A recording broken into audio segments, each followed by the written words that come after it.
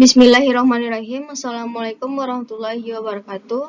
Perkenalkan, saya Tiara Swayuni dengan NIM 19231150 akan menyampaikan presentasi tentang materi proses dan teknik supervisi. Itu yang pertama, kita akan membahas tentang proses supervisi pendidikan. Berasal dari bahasa Inggris yaitu super, yang artinya atas, dan vision penglihatan. Secara etimologi, yaitu penglihatan dari atas atau pengawasan di bidang pendidikan. Secara terminologi, merupakan arti kiasan yang menggambarkan suatu posisi di mana yang melihat kedudukan lebih tinggi daripada yang dilihat. Hal ini menunjukkan kegiatan supervisi dilakukan oleh atasan kepada bawahan atau pengawasan. Secara garis besar, kegiatan dalam proses supervisi dapat dibagi 4. Yang pertama, perencanaan, yaitu perencanaan supervisi perlu disusun oleh supervisor agar pelaksanaan supervisi dapat terarah.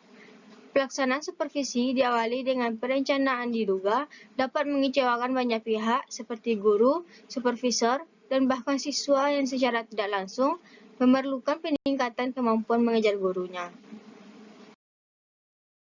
Yang kedua itu pelaksanaan.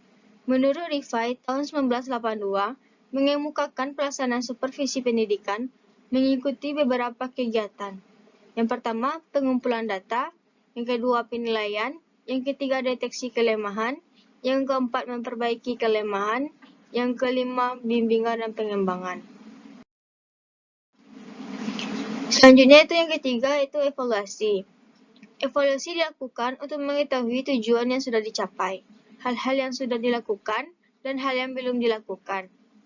Evaluasi supervisi dilakukan untuk semua aspek, meliputi evaluasi hasil, proses, dan pelaksanaan.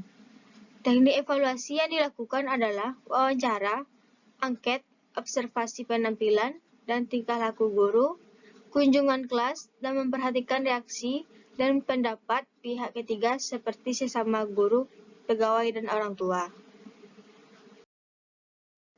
Yang keempat itu tindak lanjut. Dalam melaksanakan supervisi kegiatan belajar mengajar, diperlukan instrumen berupa lembar pengamatan dan suplemen observasi atau keterampilan mengajar, karakteristik mata pelajaran, pendekatan klinis, dan sebagainya. Selanjutnya itu teknik supervisi pendidikan. Yang pertama itu teknik perseorangan, ada 3. Itu mengadakan kunjungan kelas atau classroom visitation. Yang dimaksud adalah kunjungan yang dilakukan untuk melihat guru yang sedang mengajar atau ketika kelas sedang kosong. Yang kedua yaitu mengadakan observasi kelas atau classroom observation.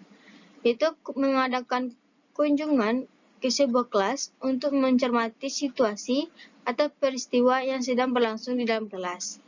Yang ketiga itu mengadakan wawancara, dilakukan apabila supervisor menghendaki jawaban dari individu tertentu. Yang kedua itu teknik kelompok, ada 4. Itu yang pertama mengadakan pertemuan atau rapat atau bisa disebut dengan meeting. Yang kedua mengadakan diskusi kelompok atau group discussion. Yang ketiga mengadakan penataran atau in-service training. Yang keempat itu seminar.